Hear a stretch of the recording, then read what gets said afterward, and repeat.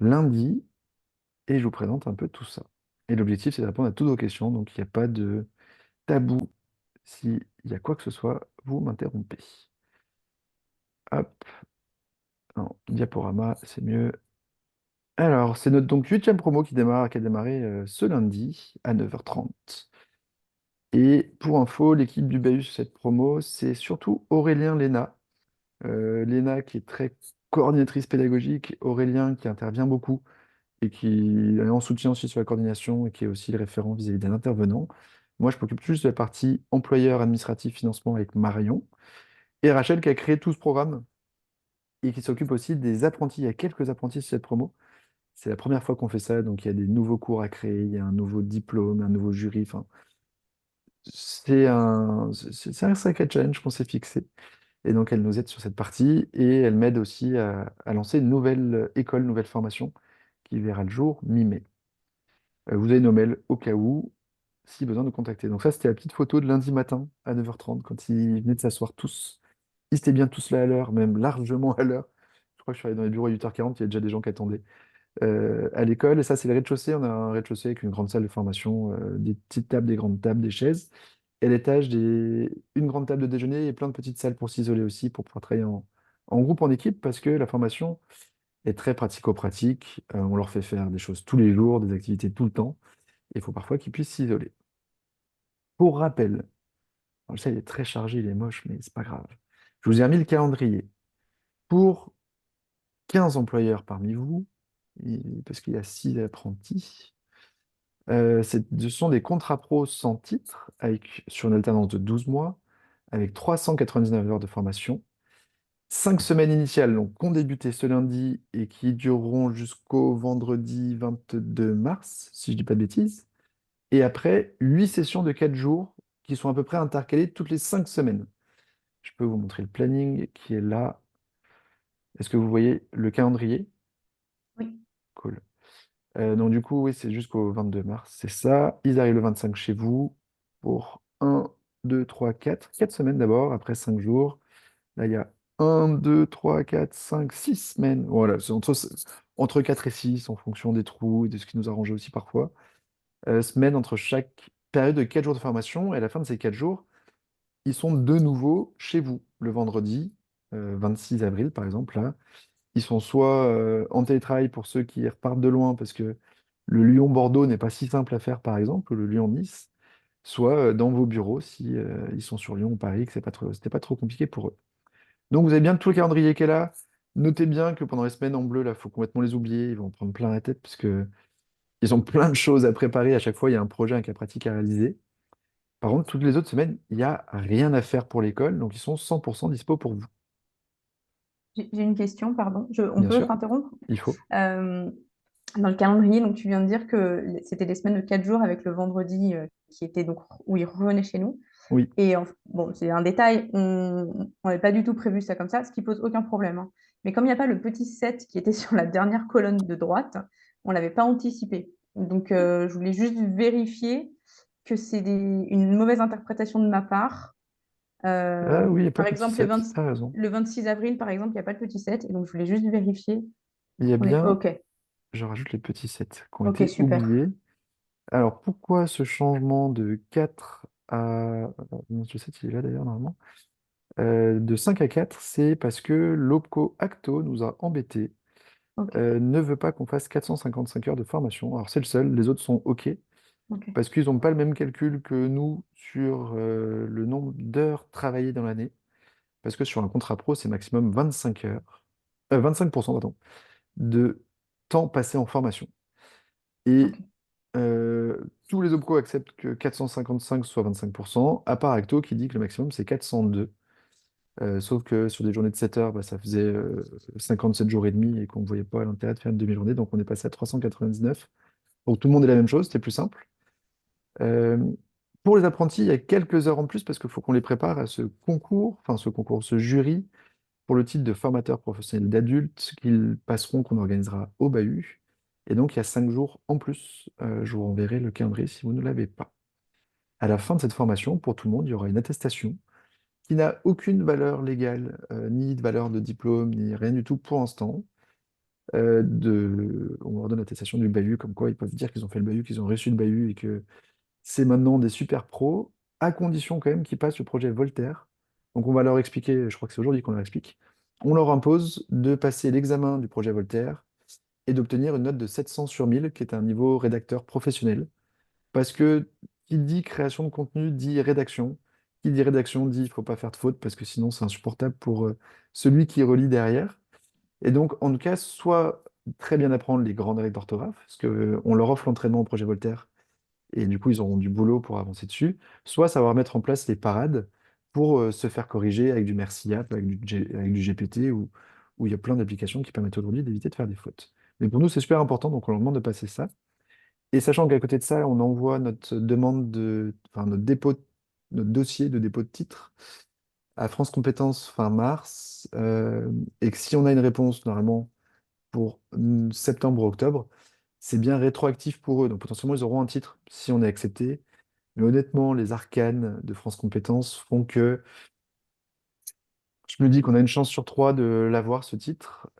Et du coup, il ne faut pas trop attendre. Que nous, ce qui nous intéresse vraiment, c'est le taux d'employabilité à la fin de la promo. Que jusqu'ici, on est à 97% d'employabilité sur les 6 premières promos qui ont terminé le bahut. Et que c'est surtout ça qui nous intéresse. Voilà pour l'explication titre ou pas, sachant qu'effectivement, on peut faire financer un contrat pro sans titre, c'est prévu pour tout le monde. Et les OPCO l'acceptent. Pendant l'année, qu'est-ce qu'ils vont voir? On va leur apprendre à gérer des projets de digital learning. Alors, qui dit digital learning ne dit pas nécessairement que du asynchrone. Ils apprendront à faire de l'ingénierie de présentiel et surtout à créer des programmes hybrides avec une partie asynchrone, donc où il n'y a pas d'intervenant, tout a été enregistré, et des parties synchrones, qu'elles soient présentielles ou distancielles en classe virtuelle. Ils vont bosser sur l'ingénierie pédagogique d'un dispositif de formation, ils vont apprendre à réaliser des ressources pédagogiques à l'aide d'outils numériques. Je vous ferai une petite liste d'outils sur lesquels ils vont vraiment monter en compétences. Ils vont apprendre à déployer et administrer un LMS, un environnement numérique d'apprentissage.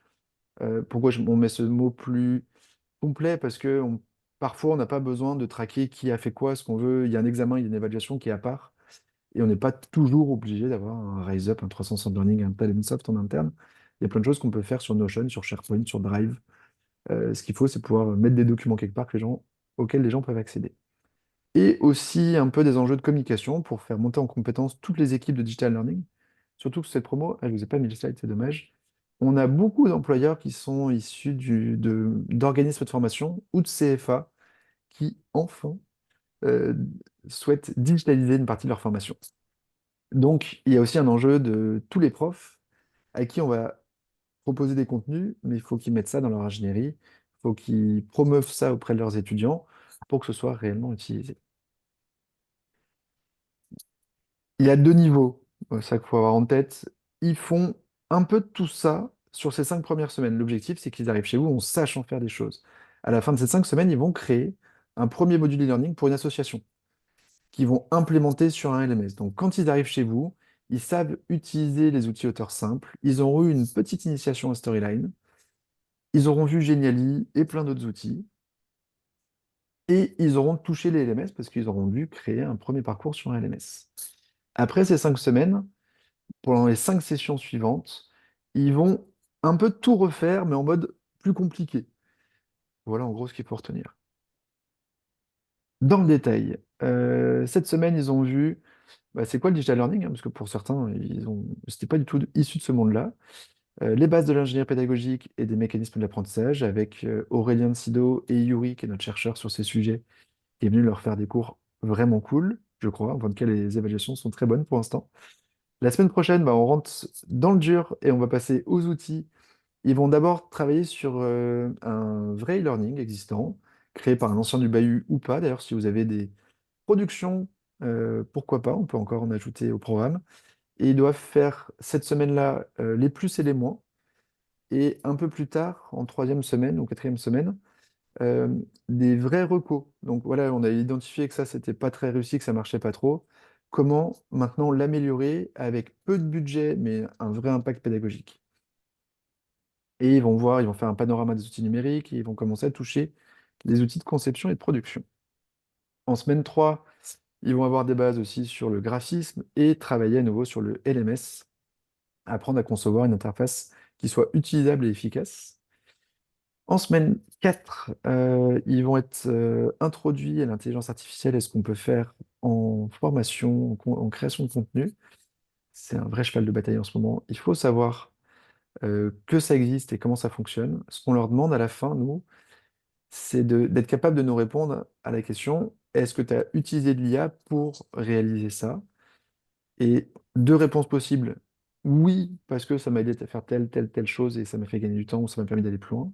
Ou non, parce que ce que ça m'a produit, c'était pas terrible et que je voulais une vraie continuité ou je voulais m'assurer des contenus. Mais la seule mauvaise réponse, c'est je ne savais pas qu'on pouvait le faire. Et ça, on veut pas. On veut qu'ils sachent et qu'ils puissent justifier de pourquoi ils ont utilisé ou pas. Pour des questions éthiques, RGPD, enfin ce qu'on veut, il y a plein d'explications possibles. Mais en tout cas, qu'ils comprennent comment ça marche et tout ce qu'on peut faire avec. Ils vont apprendre la rédaction de textes PEDA, la création d'activités, d'évaluation aussi. Et la cinquième semaine, ils doivent créer donc une première expérience d'apprentissage pour une association avec les outils d'une plateforme LMS et quelques outils simples qu'on leur aura présentés. Ensuite, ça peut encore bouger parce que on aura un point d'ailleurs ensemble à la fin des 5 premières semaines en entreprise. Et en fonction de vos retours, de vos attentes ou des lacunes observées, on peut faire évoluer ce programme. Parce que vraiment, le but, c'est que vos alternants soient productifs et efficaces chez vous et que vous soyez très contents. Donc, c'est un programme qui peut un peu évoluer.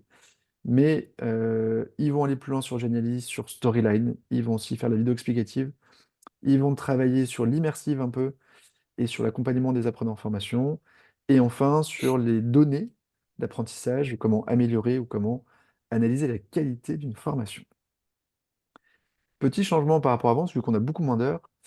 Pour leur cas pratique final, on leur imposera un cas aussi pour une association, probablement, où ils auront un peu plus de temps, ils devront aller un peu plus loin en termes de réalisation de contenu. Mais comme ça, ils auront tous le même sujet, les mêmes experts, et on s'assurera que la qualité soit au niveau à ce niveau-là, parce qu'on avait des soucis auparavant. Mais ce sera sur 2 semaines, ce sera un peu plus court. Et derrière, vous êtes bien sûr les bienvenus pour la soutenance, parce que vous aurez aussi votre mot à dire et partager votre retour d'expérience sur cette année. Sachant qu'on a 3 jours à ce moment-là aussi, on vient leur apporter des choses en plus par rapport à ce qu'ils auront demandé, des séances qu'on appelle pop, qui sont un peu faites à la carte. À retenir, c'est qu'on fait des projets tout le temps. Euh, on les fait concevoir pour qu'ils aient un portfolio, pour qu'ils puissent vous montrer des choses aussi. Parce que dans certains OF ou dans certaines entreprises, bah, vous n'avez pas plein d'outils, donc ça vous permet de voir un peu ce qui peut se faire avec les uns les autres, qui vous fassent des avantages, inconvénients à chaque fois. euh, et qui puissent aussi, eux, monter leur portfolio si à la fin de l'alternance, il n'y a pas de job et ils auront à chercher. Voilà en gros les projets qu'ils ont à faire, avec donc l'analyse d'une formation existante, l'amélioration de cette formation, la création d'un module e-learning simple, la conception de module e-learning en S6, du storyline à fond en S7, de la vidéo en S9, et je vois pas ce qui est écrit, le Big Challenge, donc c'est la conception d'un dispositif hybride, avec le côté évaluation aussi à prévoir. Je sais il y avait un petit stress pour certains, parce que, euh, pour tout vous avouer, je crois que j'ai signé 5 conventions de principe entre le jeudi et le vendredi, la veille du démarrage de la formation. Donc il y a eu plein de gens où les infos n'étaient pas très claires. Euh, Tous les alternants du bahut sont déjà salariés de vos structures là au 19 février. Donc ils touchent un salaire au 29, enfin entre le 1er mars et le 5 mars. Et dans l'idée, vu qu'ils sont salariés, idéalement, leur fournir un ordi pour pouvoir bosser. Alors pour l'instant, pour ceux qui n'en avaient pas, par leur employeur, c'est tout à fait compréhensible, ils font avec leur ordi perso, pas de problème. L'idéal, c'est quand même qu'ils soient sur la même bécane que celle qu'ils vont utiliser au quotidien derrière. Comme ça, ils auront les logiciels dessus, comme ça, ils prennent leurs habitudes, et c'est plus simple. Donc, si vous pouvez le faire livrer au bahut, c'est le top. Et on vous a mis des prérequis. On demande, il y a juste une licence qu'on vous demande, c'est la licence PowerPoint, parce qu'ils vont travailler sur PowerPoint et pas la version en ligne, mais la version dure. Storyline, on leur fournira des licences. Et tous les logiciels en général, on leur fournit des licences, comme avec PitchBoy, où ils auront accès à PitchBoy dans le cadre de la formation pour s'exercer dessus. Pour autant, Storyline, il faut l'installer sur l'ordinateur, et c'est un logiciel un peu gourmand. Alors clairement, sur votre ordinateur à moins de 3 ans, il n'y a aucun souci. Mais il faut une petite carte graphique, il faut une petite carte son, et il faut qu'il y ait un tout petit peu de mémoire RAM pour que bah, on puisse travailler dessus sans que ça bug tout le temps. D'où on vous a mis les prérequis dans ce support, que je vous enverrai juste après, et ça vous permet qu'ils puissent travailler dessus. Oui, Sabrina, t'as une Oui, j'ai question. une petite question parce que nous, notre équipe, on bosse pas, enfin chez Invivox, on n'a pas PowerPoint, on travaille sur Google Slide. Oui. Bah nous aussi, on travaille sur Google Slide aussi, c'est juste pour cet exo, on les fait travailler sur PowerPoint. Avoir en c'est une licence qui, de mémoire, coûte 59 € l'année pour PowerPoint. Et après, sinon, on a des subterfuges pour qu'ils prennent des licences d'essai pour pouvoir jouer dessus. Donc, si pas possible pour vous, on les fera passer sur la licence d'essai. Moi, je vais voir s'il n'y en a pas une quand même au sein de la boîte qui peut être partagée, mais c'est vrai que bon, chez nous, on est très, très Google, quoi. Euh, Ça Aussi peut au être- bahut, on est plutôt Google, nous, mais notre seul partenaire, enfin Google a refusé le partenariat, Microsoft a autorisé, et surtout qu'on peut faire des choses sur PowerPoint en dur qu'on ne peut pas faire sur Google Slide. Je vous enverrai des exemples de vidéos qui ont été produites sur PowerPoint, c'est un peu bluffant. D'autres questions par rapport à cet ordi? Donc, il n'y a pas de licence à installer à part PowerPoint idéalement. Sur l'ordinateur, il n'y a besoin de rien. Juste, par contre, leur laisser la possibilité d'installer des logiciels, parce qu'en IA, potentiellement, il y aura des choses installées. Genre, moi, je leur conseillerais d'installer Whisper pour traduire une vidéo en texte, ou on va leur demander d'installer Discord idéalement. Après, ils peuvent utiliser en ligne, hein, toujours. Mais c'est plus simple s'ils peuvent installer. Alors, je sais que pour certains, il y a des problématiques de sécurité. Pour Storyline, il faudra impérativement installer, donc on les préviendra suffisamment à l'avance pour qu'ils puissent demander à vos équipes techniques de leur laisser la liberté d'installer Storyline à minima. Et si vous avez la bonne question, de toute façon, vous m'envoyez un mail aussi et je vous réponds au plus vite. C'est... Euh, Vas-y. j'ai une autre question, excuse-moi, c'est justement sur ces logiciels-là, il faut qu'on soit nous prévenus avant parce que effectivement, on a des règles de sécurité à respecter par rapport à nos clients, on travaille avec Ouais, des groupes labos pharmaceutiques, etc. Et quand même des contenus qui sont, qu'on nous donne qui sont très délicats, qui ferait plaisir à avoir à la concurrence. Donc ça, pas de faut qu'on souci. sache ce genre de logiciel avant. Et Discord, c'est des trucs, des fois, où il y a des pirates quand même. Donc faut juste voilà, faudra pas que la personne enregistre des choses sans d'abord demander à la société. Pas de souci. Bah, je préviendrai Maëlys. Ce Entendu. sera, ce sera idem pour nous, s'il vous plaît. Ok, très bien. Entendu. Ouais. Nos employés ne sont pas administrateurs de leur ordi, ils ne peuvent pas installer sans l'appui des IT. Ok, bah, il faudra juste l'appui des IT pour Storyline, à minima. Pour le reste, il n'y Alors, a pas besoin Storyline, d'installer. Storyline, il y aura, ça c'est sûr, Ok. puisque c'est notre logiciel, mais pour tous les autres que vous avez dit, voilà. Ouais, les autres, il y a moins besoin. Donc, c'est vraiment Storyline l'essentiel. Je vous ai mis le lien de tous les outils qui vont être présentés. Alors, il y en a beaucoup, hein, c'est juste un aperçu là, qui vont être présentés, qui vont être testés, qui vont être utilisés pendant la formation. C'est sur notre site. Vous avez le lien là en bas. Outils Promo 8, vous allez voir il y en a plein. Il y en a qu'on préfère à d'autres, mais c'est important qu'ils les voient tous pour se faire leur propre avis aussi, sachant qu'on leur dit pas celui-là on le préfère. On leur montre pour qu'ils puissent se faire leur propre avis selon les apprenants, selon le sujet de la formation, selon le contexte de l'entreprise. Il peut y avoir des choix très différents à la fin.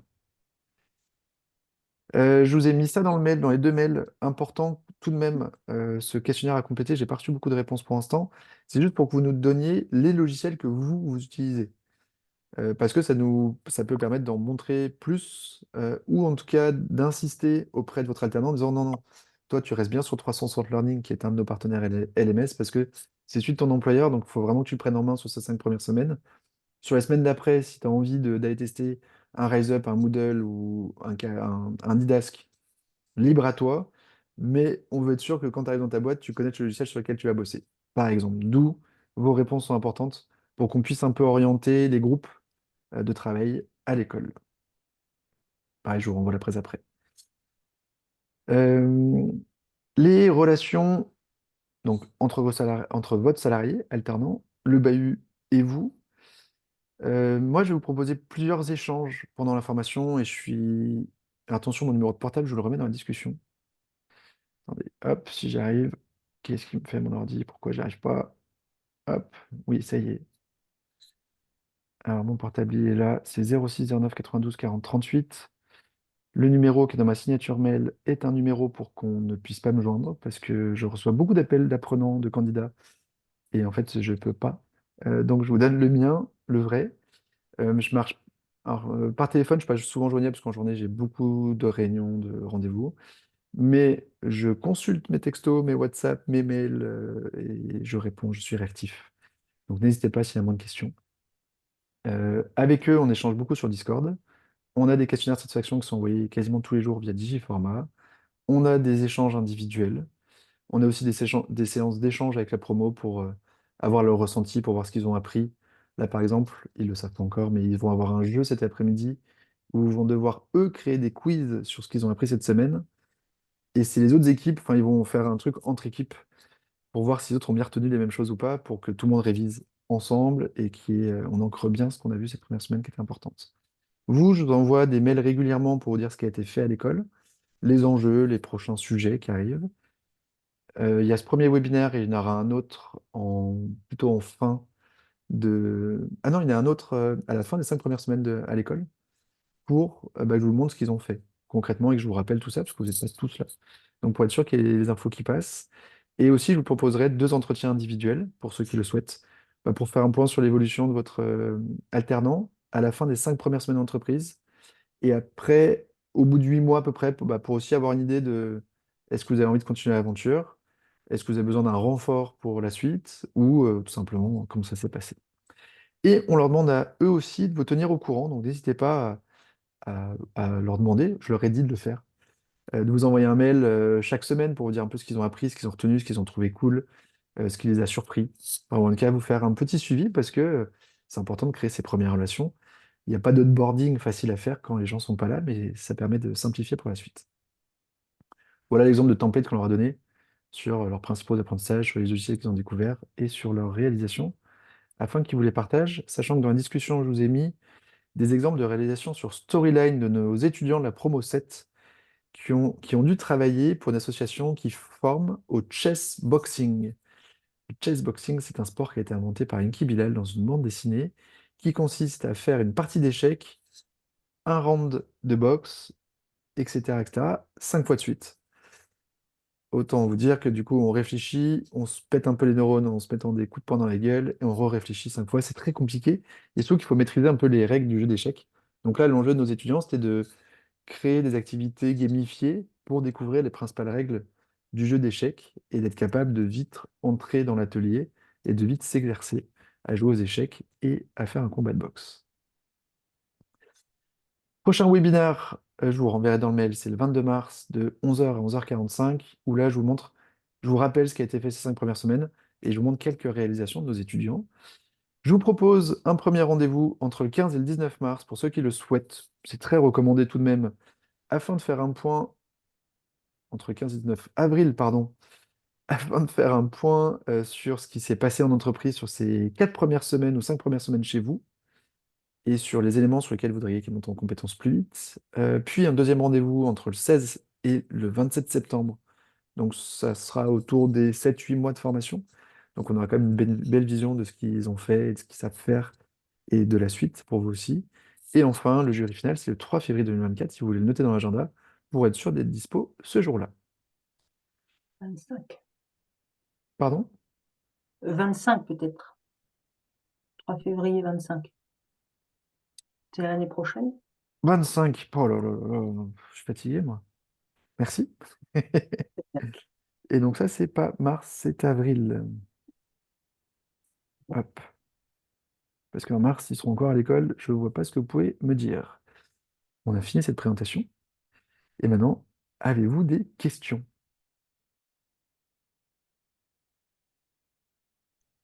Non, en tout cas, ça a l'air bien cadré, bien On essaye. pédagogique. Je pense qu'ils vont bien s'amuser. Oh, il y aura des moments de doute, de pleurs et tout, mais là, on a les équipes pour justement les aider, les accompagner, s'assurer qu'ils ne se noient pas, parce qu'ils sont quand même tous en reconversion, il faut le rappeler. Et reconversion à 35 ans en moyenne, parce que la moyenne d'âge doit être 35-36 ans, je n'ai pas fait, la moyenne, je vais le faire. Il faut avoir un sacré courage. Enfin, moi, j'ai une vraie admiration devant nos étudiants qui repartent à zéro, alors qu'ils ont déjà des parcours très complets, des diplômes ouf et des histoires incroyables. Mais ils ont une vraie passion. Et ça, nous, c'est ce qui est génial, hein, c'est qu'il n'y en a pas un qui arrive à plus de 5 minutes de retard. Ça n'existe pas.